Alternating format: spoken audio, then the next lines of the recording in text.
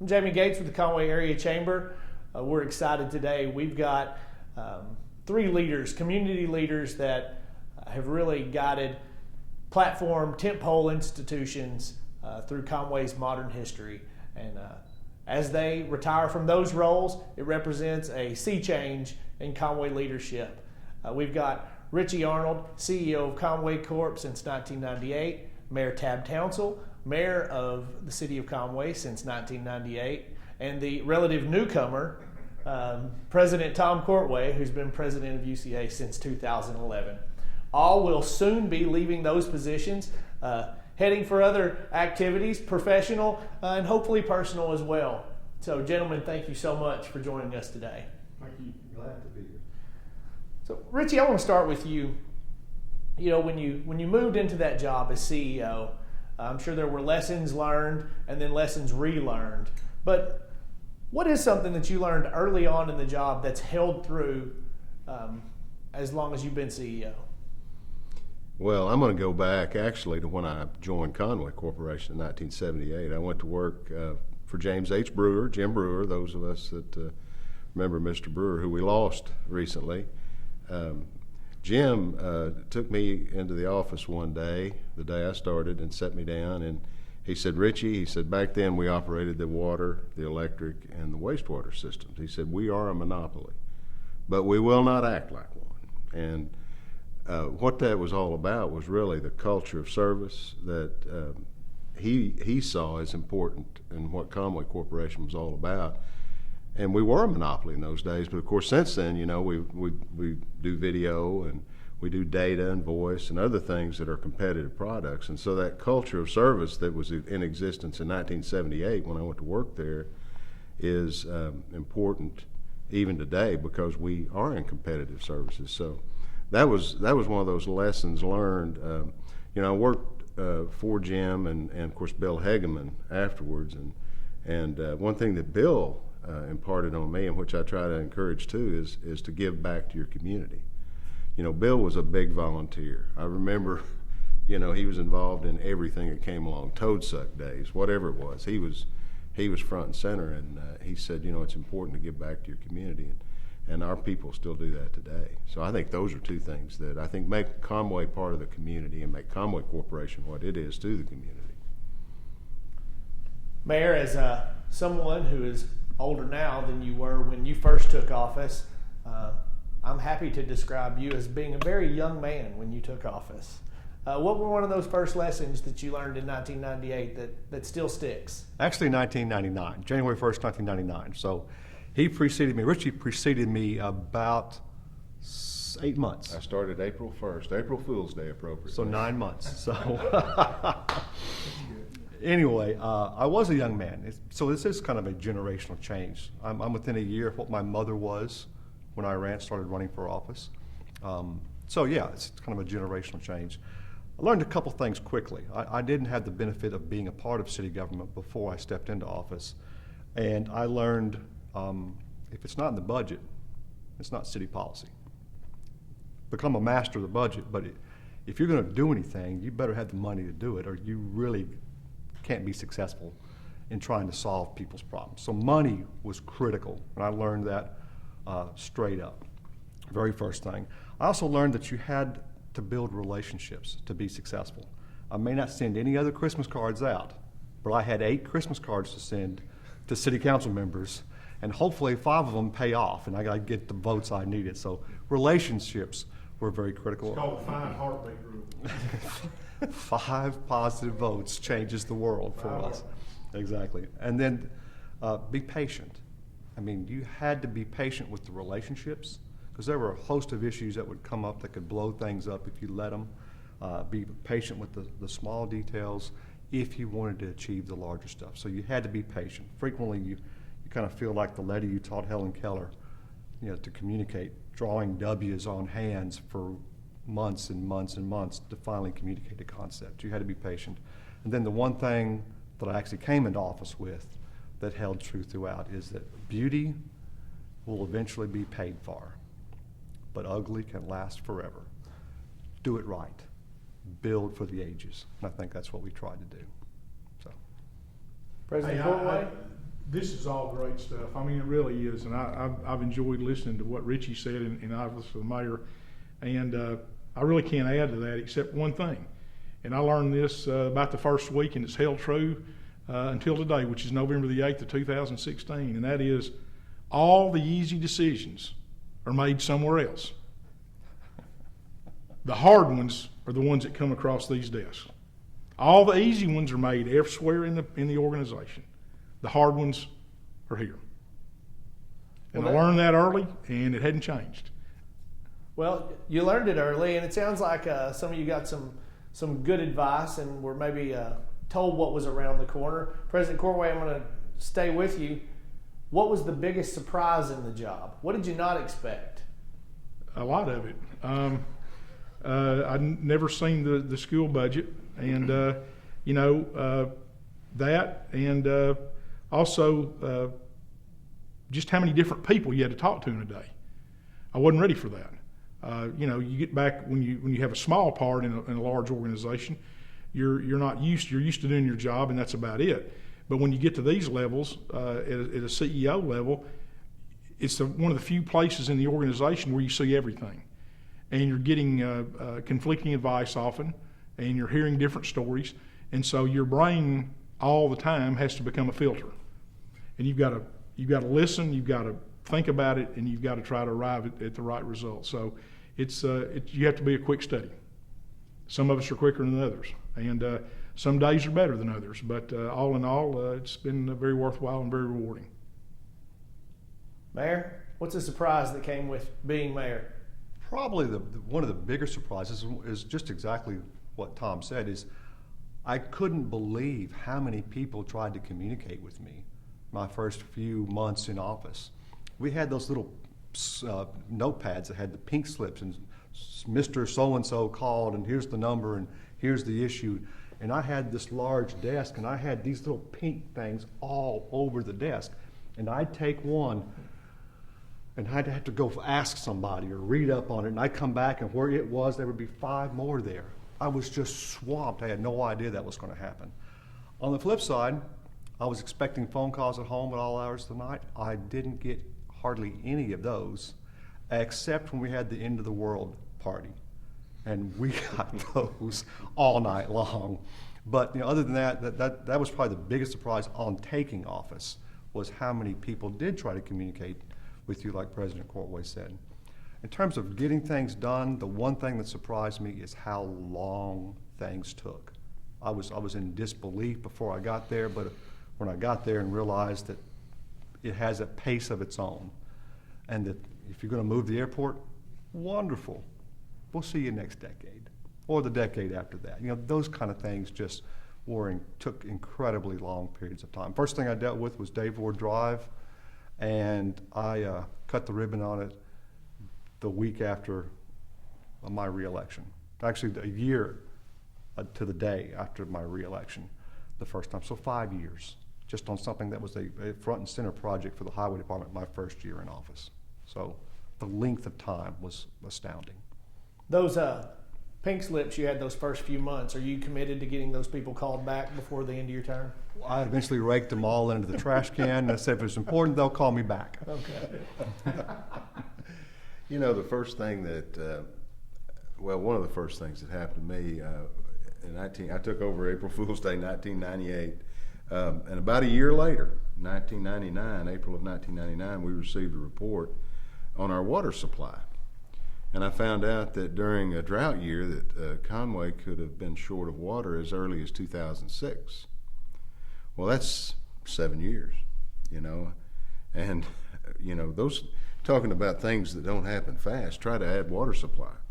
And so we had to come up with a solution pretty quickly, because the drought year could have happened in that window of time. So we did have some periods there where we had to curtail water, but we were able to raise the lake 4 feet after getting some studies done and showing that it could be done. But that was a shock, because that was the last thing I would have expected, was that we had a water supply shortage. And so anyway, that was eye-opening. You had some hot years, those first We few had years. some very hot, dry years. 2000 particularly a drought year, and '01 was also. So, you know, that was an eye opener. Hadn't expected that. Mayor, if you had time for one more major project, we've seen the city change, and city government's actually, you know, steered that, and in some cases it's driven and steered, and I don't think it's put the brakes on yet. But if you had the opportunity for one more major project, what would it be? Because city government covers so many different facets, it's tough to pick just one. But I will say the one thing that I wished I could have done that I think will be looked back on and held against me, it was we don't have a public swimming pool in Conway. We're the largest city by far in Arkansas. This is the American South that doesn't have a public swimming pool and never have had one. And I think that's a legacy. I don't think it's because of racism now, but I think it's a legacy that we've got to get rid of, and it's a mark against us until we do. I wish I could have addressed that. It would be an aquatic center, which is a more expensive proposition, but at least you get the benefit of it year round. But teaching kids to swim in a publicly provided facility and being an asset for the community is important. Pompey Parks is the thing dearest to my heart in terms of things I would like to see done. But really, if I had to go back and do it all over again, I'd use more light. I love the use of light, and I wish we'd have lit more of the city on that. Although I was getting into his business by saying I need more of his electricity. So, but I like the use of light. President Courtway? That's a great question. I look at it on a professional level and a personal level. On a professional level, two things I guess I'd say. Number one, I'd like to have had more time, and I wish I had done more to increase retention rates and graduation rates at UCA. I mean, that is a huge problem we have in the state, and we're making great strides at UCA on that, and I'm proud of that, but I really would hope that continues, and I know it will under Dr. Davis and the new administration, and then a capital campaign to really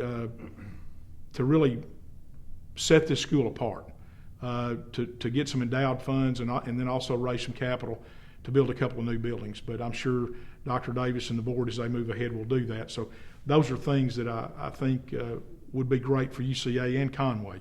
On a personal level, I wish I'd listened to the mayor, my good friend Mayor Townsell, and Pastor Maltbia. And when we had lunch 2 years ago at Mike's place, and I asked them what the key to getting in shape and losing weight, and they told me, but my head's just too hard. So a major project on a personal level would be to get rid of some of this weight. And but I'm going to do it someday, and I hope it's not too late. But Mayor and Pastor Maltbia certainly worked me over, and it was my I call them. But you can see if you look at the camera right now, it hadn't done a great deal, but I'm trying to get there. But former President Courtway has got himself a bike, and he'll be using all these bike lanes in this bike-friendly city in the years to come. So watch out for him. Keep 3 feet to the left. And that talking about major projects, not at UCA, but down the road is maybe we all not ride into the sunset, but we're going somewhere. Pedal. Is to expand the bike program in Conway. I mean, I've sort of become a believer in that, and I want to try to take those trails all around the town and out in the county, and I think we can do it. And so I congratulate the mayor and Richie for what they've done to not only do them but to light them, and I think it's a great asset for the city. So yeah. Well, and to each of your benefit, people are about to stop buying you lunch. So maybe that'll contribute to some of those well, goals. we all become less relevant by the day, you know. That's right. I know I am. Richie, one more project. You don't get little projects. All your projects are big ones. Well, that's not really true, but you know, you ask about major projects, and you know, I honestly can't think of any what I would term major projects that I wish I could undertake right away. You know, there's just a bunch of nagging little things that you know, you never get around to. I mean, they're just lying there under the surface, and you know, some of them are really related to old Conway. You know, the way they put infrastructure in back during the time when a lot of that was built, and if you think about those times, you know, they probably had a half dozen houses built in a year. And so they cut some corners, and they did some things that, you know, were just, you know, poor design by by utility standards. So, I wish there was had been some vehicle that I could have come up with where we could have addressed some of that stuff. Obviously people have service and they've had service, but, I wish we could have maybe bumped up some of that infrastructure in some of those older parts of Conway. But those kind of things you just never could find a vehicle, a way to do it. And that was I guess that's a regret. I think I'm going to ask this one to everybody because I feel like it might evolve into a conversation because you all have public positions, and so maybe just the dynamics. How has the job changed? How has the climate or the day-to-day activities, or how has the work changed just since you started? I'll go on and answer because we had talked about this briefly right before we started filming. I think that the way that we communicate with citizens has changed dramatically. Primarily when I took office and when I first campaigned, we communicated with the citizenry by the Log Cabin Democrat. It was a very high-profile paper. You had to have a high-profile presence in the Log Cabin Democrat. And what I've seen over the 18 years I've been in office is a diminishment of the role it plays in the community. It's not read as much. There's not as much to read. And I think that's a huge, it's a detriment to the community that it doesn't hold as big a place because that was the one source of information, local information you can get. KCON was to a degree, but you could always go back and reread something and store it, and you can maintain a record, so to speak. And with the rise of the internet and online presence and other sources of information nationally and statewide, people don't come to that one licking log to where they can get the local information like they used to. And that becomes, I used to always say that communicating with the public's like trying to talk on a cell phone, just a little bit out of range. And the range just got further away when we talk about a city that doesn't have that central location that the Log Cabin Democrat once served in this role, and that's in this city, and that's a problem. Following up on that a little bit, I've thought a lot about it recently. Many people don't watch the evening news. I for years have read the paper in the morning, watched the news in the evening, and that was just the way I got my information. And I don't think that's the case anymore. I don't think you mentioned the newspaper. I think to some degree television news is not watched as much. More people are getting their information on their smartphones and from different sources, and sometimes not all that reliable of news sources. But that is a huge change, and I'm not sure how that bodes well for our informed electorate. Sometimes that kind of concerns me, but Agreed. That's the world we're in. Following on what they said, the thing that I've noticed I flipped in and out of this job, okay, for the last 8 years, is the speed at which people form an opinion, I think is much, much faster, even than it was 8 years ago. With all the things that are coming at them, and with Twitter and Instagram and text messages and all that, the whole process is too fast, in my opinion. It's hard to have, and then number one, I think that. Number two, especially with the demographic on a college campus, they're getting their information from so many different sources. We struggle daily on how to communicate with them, because now email has almost become like a dinosaur to them. Sometimes text messages don't even work anymore. So you have all that going on, and then many times things happen and you have to make a decision like that. And that is very hard sometimes for someone of my generation to grapple with. So I think the speed at which information is transmitted and the speed to which opinions are formed, sometimes without any kind of discussion or thought. I'm not saying they're always wrong, but it's quick. It's just so quick. And that's something that I struggle with daily. This level is the phone call or the come down to the office and let's talk. My children's generation, and certainly my grandchildren, they work with their thumbs. and that's just the way it is.